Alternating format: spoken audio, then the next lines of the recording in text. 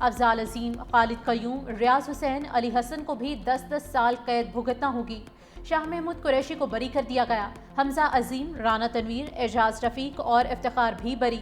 سرگودا کی انسداد دہشت گردی عدالت نے 9 مئی مقدمے میں اپوزیشن لیڈر پنجاب اسمبلی مالک احمد خان بھچر کو 10 سال قید کی سزا سنائی۔ MNA احمد چٹھا سمیت 32 سے زائد ملزمان کو بھی 10 سال قید کی سزا سنائی گئی۔ عدلیہ کے متنازع فیصلوں میں ایک نئے باب کا اضافہ ہوا۔ پاکستان تحریک انصاف نے ایز اے پارٹی ہمیشہ سے 9 مئی کے واقعات کی مذمت کی ہے۔ ڈاکٹر یاسمین راشد صاحبہ کو، محمود الرشید صاحب کو، اعجاز چودھری صاحب کو، عمر چیمہ صاحب کو بھی 10 سال کی سزا ہوئی ہے۔ یہ ساری سزائیں قانون کے تقاضوں کو پورا کیے بغیر دی گئی ہے۔ جھوٹ کی بنیاد پر ایک پوری عمارت کھڑی کر دی گئی ہے، حکومتی عمارت ہو یا اب ایک بظاہر قانون کی عمارت ہو۔ تحریک انصاف بڑے واضح الفاظ میں ان سزاؤں کو مسترد کرتی ہے۔ ان کو ہائر کورٹ میں، ہائی کورٹس میں چیلنج کیا جائے گا۔ یہ ہمارا وہ حق ہے جسے ہم لازمی استعمال کریں۔ تحریک انصاف کا انسداد دہشت گردی عدالت کے فیصلوں کو چیلنج کرنے کا اعلان۔ بریسر گوہر نے کہا عدلیہ کے متنازع فیصلوں میں ایک اور نئے باب کا اضافہ ہوا ہے۔ سزائیں قانون کے تقاضے پورے کر کے نہیں دی گئیں۔ سلمان اکرم رادا نے کہا سزا ہمارے رہنماؤں کو نہیں جمہوریت کو ہوئی۔ گواہ پولیس کے ملازم تھے۔ بابر اعوان نے کہا جو فیصلے آ رہے ہیں یہ بانی کی تحریک کی قول کی وجہ سے آ رہے ہیں۔ وزیر اعلیٰ خیبر پختونخوا علی امین گنڈا پور بولے PTI رہنماؤں کو سزائیں سنا کر انصاف کا جنازہ نکال دیا گیا۔ ہر ظلم کی رات ختم ہوتی ہے، حق کی فتح یقینی ہے۔ ہم بانی کے ساتھ کھڑے ہیں اور کھڑے رہیں گے۔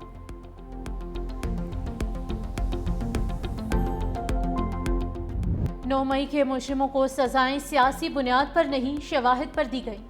وزیر مملکت طلال چودھری کی میڈیا سے گفتگو، کہا 9 مئی کو لاہور کے 14 مقامات کو جلایا گیا۔ سرور روڈ پر ہنگامے میں سرکاری گاڑیاں نذر آتش کی گئیں۔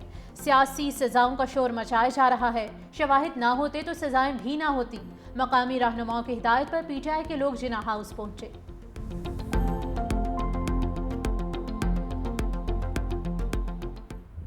سیاسی رہنما کسی بھی پولیٹیکل پارٹی کا ہو، کبھی بھی یہ سیاسی تربیت نہیں ہونی چاہیے کہ آپ کسی کہنے پہ ملک کی اہم مقامات پر حملے کریں۔ اس کا جو ماسٹر مائنڈ تھا وہ اس وقت اڈیالہ میں بیٹھا ہوا ہے۔ ماسٹر مائنڈ کے فالوورز کے لیے یہ میسج ہے کہ آپ کے لیڈر جو خود تو بیٹھا ہوا تھا ڈرائنگ روموں میں اور اس نے قوم کے بچوں کو اس چیز پہ جو ہے وہ راغب کیا جس کی وجہ سے لوگوں کو سزائیں ملی۔ تو یہ انتشار کی سیاست، دہشت گردی کی سیاست، یہ سیاست نہیں کہا جا سکتا۔ ان لوگوں کو ظاہر کیفر کردار تک پہنچانا حکومت کی ذمہ داری ہے تاکہ کل کو یہ چیز نہ ہو۔ 9 مئی واقعات میں ملوث لوگوں کو معاف نہیں کیا جا سکتا۔ ماسٹر مائنڈ اڈیالہ جیل میں ہے۔ سینئر وزیر سندھ شرجیل انعام میمن کی میڈیا سے گفتگو، کا انتشار اور دہشت گردی کی سیاست نہیں چلے گی۔ سرکاری املاک اور دیگر چیزیں جلانا سیاست دانوں کا کام نہیں۔ مزید کہا مونسون کے بڑے سپیل آ رہے ہیں، سندھ حکومت الرٹ ہے۔ بلوچستان میں غیرت کے نام پر قتل قابل مذمت ہے۔ بلاول بھٹو نے بھی واقعہ ناقابل قبول قرار دیا۔ ملوث افراد کو قرار واقعی سزا دی جائے گی۔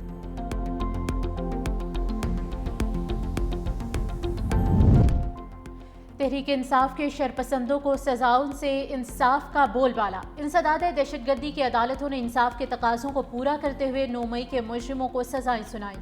سانحہ 9 مئی میں تحریک انصاف کے شرپسندوں نے 200 سے زائد جگہوں پر عسکری اور حکومتی اثاثوں پر منظم انداز میں حملے کیے۔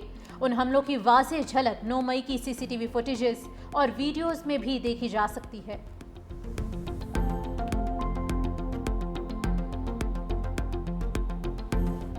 کوہستان میگا سکینڈل کے 9 ملزموں نے پلی بارگین کی درخواستیں دے دیں۔ تمام درخواستیں چیئرمین نیب کو بھجوا دی گئیں۔ چیئرمین کی منظوری کے بعد درخواستیں احتساب عدالت میں پیش کی جائیں گی۔ نیب ذرائع کے مطابق گرفتار ملزموں کی کرپشن سے خریدی گئی مزید جائیدادوں کا کھوج لگایا گیا۔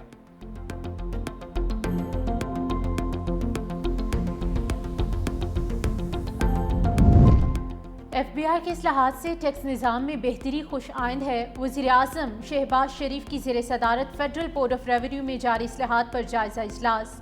وزیر اعظم نے اصلی تقاضوں سے ہم آہنگ نظام کی تشکیل کے لیے اصلاحات کا عمل معینہ مدت میں مکمل کرنے کی ہدایت کی۔ کہا اب تک کے حاصل کیے گئے اہداف کا حصول مثبت ہے مگر مزید محنت کی ضرورت ہے۔ ٹیکس نظام کی بہتری سے ملکی آمدن میں اضافہ اور عام آدمی پر ٹیکس کو بوجھ کم کرنا حکومت کی اولین ترجیح ہے۔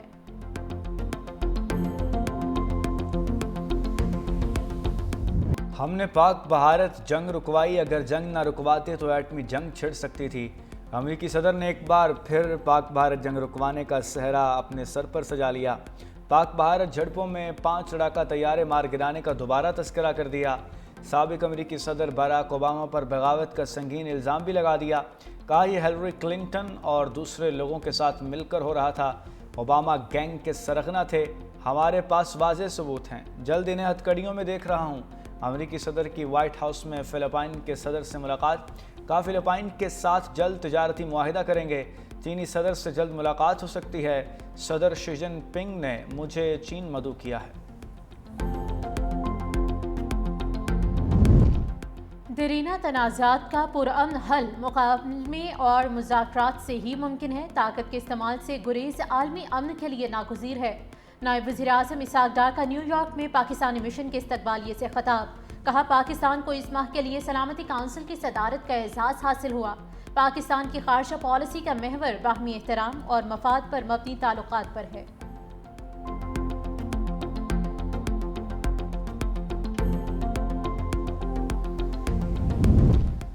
پہلے چینی کی برآمد پھر درآمد، اجازت کس نے دی؟ ایف بی آر نے کیا ڈرامہ لگا رکھا ہے؟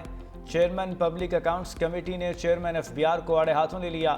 جنید اکبر نے کہا عوام کا مسئلہ آئے تب کہتے ہیں آئی ایم ایف نہیں مان رہا، سرمایہ کاروں کی بات آئی تو آئی ایم ایف کی بھی نہیں سنی، کیا اب آئی ایم ایف کچھ نہیں کہے گا؟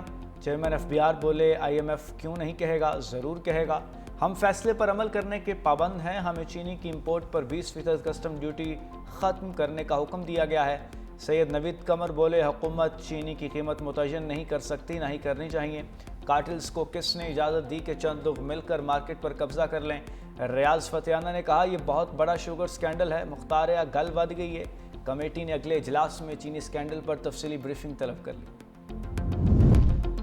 کشمیریوں کے حق خود ارادیت پر کوئی سمجھوتا نہیں کیا جائے گا۔ امیر جماعت اسلامی حافظ نعیم الرحمان کی میڈیا سے گفتگو۔ کہا مسئلہ کشمیر پر صدر ٹرمپ کی ثالثی کی کیا ضرورت ہے؟ کشمیر پر اقوام متحدہ کی قراردادیں موجود ہیں، ان پر عمل کیا جائے۔ مزید کہا جب اسرائیل نے ایران پر حملہ کیا تو امریکہ چپ رہا، جب ایران نے جوابی کارروائی کی تو امریکہ بول اٹھا، جب بھارت نے حملہ کیا تو ٹرمپ چپ رہا، لیکن جب پاکستان نے جواب دیا تو وہ امن کے لیے آ گیا۔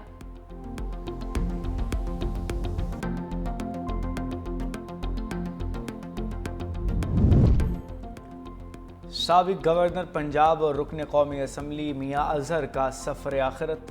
قذافی اسٹیڈیم کے باہر نماز جنازہ میں اہل خانہ اور شہریوں کی بڑی تعداد نے شرکت کی۔ پی ٹی آئی رہنما حماد اظہر نے والد کے جنازے میں شرکت کے لیے روپوشی ختم کر دی۔ نون لیگ کے صدر نواز شریف اور وزیر اعظم شہباز شریف کا سینئر سیاستدان کے انتقال پر اظہار افسوس۔ اہل خانہ سے تعزیت۔ کہا میاں اظہر کے والد کا میاں محمد شریف مرحوم کے ساتھ دیرینہ تعلق تھا۔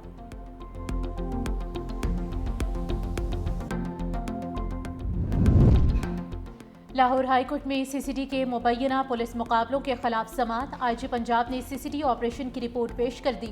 چیف جسٹس مس عالیہ نیلم نے ریمارکس دیے کہ یہ کون سا مقابلہ ہے کہ فائرنگ اگر گاڑی پر ہو رہی ہو تو فائر سیدھا ملزم کو ہی لگتا ہے۔ ایس ایچ او عدالت کو مطمئن نہ کر سکا، اس لیے آئی جی کو بلایا۔ جب رپورٹ آئی ہے تو سارا کیس مختلف نکلا۔ ایک دن میں 50 درخواستیں آ رہی ہیں کہ جعلی مقابلے ہو رہے ہیں۔ عدالت نے سماعت پولیس رپورٹ کی روشنی میں نمٹا دی۔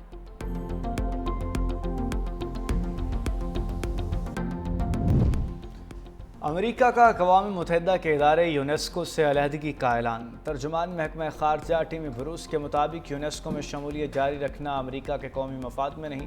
یونیسکو کا ایجنڈا سب سے پہلے امریکی پالیسی سے متصادم ہے۔ یونیسکو کا فلسطینی ریاست تسلیم کرنا امریکی پالیسی کے منافی ہے۔ عالمی تنظیموں میں شرکت اس پالیسی پر مبنی ہوگی کہ امریکی مفادات کو پروان چڑھایا جائے۔ یونیسکو سے علیحدگی کا اطلاق 31 دسمبر سے ہوگا۔ پاکستان کے ہاتھوں عبرتناک شکست کے بعد بھارت کا MiG 21 فائٹر طیاروں سے جان چھڑانے کا فیصلہ۔